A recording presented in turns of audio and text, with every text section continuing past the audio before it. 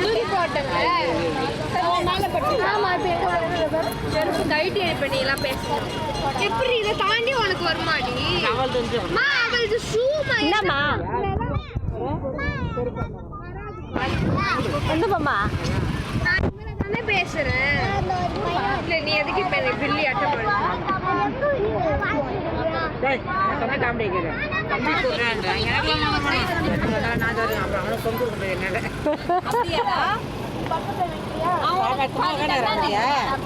அதான் பொண்ணு எடுத்துக்கிறியா? இப்ப பாதி கொடுக்கணும்.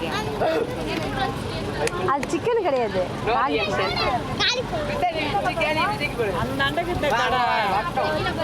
அந்த அண்டை பக்கமா ஒரே